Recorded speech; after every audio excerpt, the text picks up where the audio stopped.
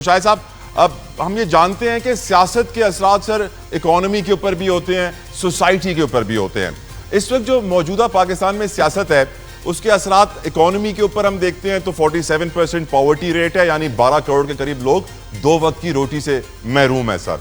अगर हम बात करें सोसाइटी की तो मुशाहिद साहब, आजकल रोज हम देखते हैं कि बच्चों के साथ रेप केसेस, ज्यादती की खबरें लगी होती हैं और हम नहीं रोक पाते उन्हें। हमारी सोसाइटी के अंदर बहुत सारी बुराइयां, बीमारियां, चोरी, फ्रॉड, लूटमार, ऑनलाइन आपका फोन एटीएम कार्ड ब्लॉक हो गया है, अपना नंबर दीजिए, बहुत कुछ हो रहा है इस वक्त सोसाइटी के अंदर, इकोनॉमी के अंदर, which we are not proud of.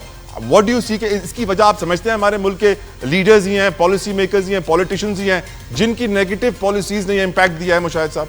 बिल्कुल जी, मैं समझता हूं कि देखिए ना, जो फोकस हो गया है करप्शन को खत्म नहीं करना, गवर्नेंस को ठीक नहीं करना, किस्सा कुर्सी का। अब आप देखें 27 अक्टूबर ब्लैक डे है कश्मीर के हवाले से, यकजहती का हम इज़हार करते हैं मकबूजा कश्मीर में, कश्मीरी अवाम की जद्दोजहद में। उधर कश्मीरी अवाम इंडियन मकबूजा कश्मीर में क्या ब्लैक डे मना रहे थे, और इधर क्या हो रही थी कि हम कब्जा कौन करेगा। अब नई जो तख्त है छोटा मोटा मुजफ्फराबाद में, आज़ाद कश्मीर में, आपस में कंसल्टेशन हो रही है। भाई खुदा का नाम ले, आपके पास गवर्नमेंट्स मिली हुई हैं पूरे पाकिस्तान में, और क्या चाहिए? बस करें, इतना हिर्स और हवस सर, वो भी कब्जा करना। चौथा प्राइम मिनिस्टर लाने की कोशिश हो रही है एक टेन्योर में मुशाहिद साहब, एक टेन्योर में। This is a joke. और क्या कर रहे हैं हम? अपना कश्मीर कॉज को डैमेज कर रहे हैं अपनी छोटी मोटी कुर्सी की खातर। और कुर्सी लेके क्या करेंगे आप? कोई कश्मीर को आजाद करेंगे? नहीं। सम पर्क्स, कुछ लोग वजीर बन जाएंगे, कुछ और लोगों को खाने का मौका मिलेगा, जिन्होंने खाना खा लिया था वो फारग हो जाएंगे, नए खाने वाले आ जाएंगे। I mean this is just nonsense. ये कोई दिस नॉट सीरियस गवर्नेंस। ये इशू है जिसलिए आप कह रहे हैं। आप जो बात कर रहे हैं चाइल्ड रेप की, आप जो बात कर रहे हैं ये फ्रॉड चीज की, आप जो बात कर रहे हैं जो लोग हमारे ड्रग ह्यूमन स्मगलिंग करते हैं, अब उसकी बात करें। कितने लोग आपके जेल में हैं, कितने लोग डूब गए हैं बिकॉज ऑफ करप्शन, उनमें से कितने लोगों को आपने सजाएं दी हैं, कितने लोगों को आपने पकड़ा है। तो क्योंकि गवर्नेंस इट्स ऑल अबाउट कि मैं कुर्सी में लेके अपना क्या फायदा उठाऊं, अपनी फैमिली के लिए, अपने कबीले के लिए या अपनी पार्टी के लिए। मुल्क का तो सोच नहीं रहा, अवाम का कोई सोच रहा है। तो that is the core issue and that has to be rectified. हम अवाम का उनको सोचने पर कैसे मजबूर करें? एक सवाल है सर, हम रोज मीडिया पे शोर मचाते हैं अवाम के लिए, गरीब भाइयों के लिए, लेकिन sadly rich gets richer, poor gets poor. उनको तो परवाह ही नहीं है कि सर उनके कान पे जूं तक नहीं रेंग रही। How do we make them realize sir?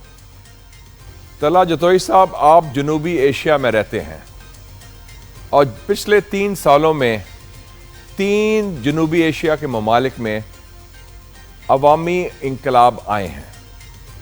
Sri Lanka, Bangladesh and Nepal. Correct. लोग उठे हैं, लोगों ने वजीर आजम के घर, सदर के घर हमले किए हैं। बांग्लादेश में एक हुकूमत जो हिंदुस्तान की हिमायत याफ्ता थी, जो 20 साल से कायम थी, उसको उखाड़ फेंका दिया। वो भागी हेलीकॉप्टर में। प्रेसिडेंट ऑफ श्रीलंका भागा हेलीकॉप्टर में सिंगापुर। वो जो नेपाल में जो प्राइम मिनिस्टर थे शेर बहादुर देउबा, उसकी बीवी को उन्होंने इतना मारा, वो तो मार देना था उनको, घर जाके मारा। ये अब जनूबी एशिया जो हम कहते थे बड़ा सॉफ्ट जगह है, बड़े मासूम लोग हैं ये, और ज्यादा ये धीमे लोग हैं, ये ज्यादा इंकलाबी नहीं है। ये आपके पड़ोस में हो रहा है, इर्द गिर्द। Pakistan can not be an exception to the law of nature. आप इंतजार ना करें कि जिस दिन लोग खुद खड़े हो जाएंगे इस जुल्म के खिलाफ और इस ज्यादती के खिलाफ। आपकी नजर में सर पिछले इंतखाबात इलेक्शंस फ्री एंड फेयर थे? अगर नहीं थे तो पाकिस्तान की तारीख में आज फ्री एंड फेयर इलेक्शंस क्या कभी होंगे भी या नहीं? फ्यूचर में भी कभी होंगे या नहीं? इसी तरह सिस्टम चलता रहेगा? इसी तरह सिस्टम चलता रहा मुशाहिद साहब तो बड़ी टेंशन हो जाएगी। Don't you agree sir? देखें जी, free and fair elections Pakistan की तारीख में 2 दफा हुए हैं और दोनों दफा फौजी दौर में हुए हैं। ठीक। एक दफा 1970 में जनरल मोहम्मद याया खान ने इलेक्शन करवाए जो फ्री एंड फेयर थे, जिसके नतीजे में पीपल्स पार्टी और अवामी लीग इलेक्शन जीती। और दूसरा fair and free election general Musharraf ने करवाए थे 2008 में, जिसके नतीजे में पीपल्स पार्टी और मुस्लिम लीग नून इक़्तिदार में आए। ये वाहिद इलेक्शंस थे एब्सोल्युटली फ्री एंड फेयर। अब नया मॉडल आ गया हाइब्रिड प्लस, उसमें आपको टेक ओवर करने की जरूरत नहीं, मुबारक हो, मार्शल लॉ लगाने की जरूरत नहीं, you can still run the show. नहीं, ये आपने एक और इंकशाफ कर दिया है कि हमारा जमहूरी निजाम हाइब्रिड से हाइब्रिड प्लस में चला गया। Hybrid plus. Please elaborate and explain. उसमें ये हुआ है कि दैट पाकिस्तान में कंसेंसस आ गया है, चाहे हिज़्ब इख्तलाफ हो या हिज़्ब इक़्तिदार हो। रात 12 से सुबह 5 बजे तक हमारे पार्लियामेंटेरियंस ने मेहनत करके 26वीं आईनी तरमीम मंजूर की सर, और उसके समरात आप देख रहे हैं, उसका इंपैक्ट आप देख रहे हैं। डू यू थिंक कि हमारा जस्टिस सिस्टम बेहतर हुआ 26वीं आईनी तरमीम के आने से या बुरा हुआ? क्योंकि हमने ये देखा सर कि 5 हाई कोर्ट के जज सुप्रीम कोर्ट में इंसाफ मांगने के लिए खड़े हो जाते हैं, खुद चल के जाते हैं, एक जज की डिग्री जाली हो जाती है, फिर 2 मेंबर बेंच बैठते हैं उस जज की डिग्री के हवाले से, तो एक जज साहब माजरत कर लेते हैं, he rescues himself as per the media headlines. आपकी नजर में 26वीं आईनी तरमीम ने निजाम अदल पे क्या असरात मुरत्तब किए सर? मैं समझता हूं कि सिर्फ 26वीं आईनी तरमीम का इशू नहीं है।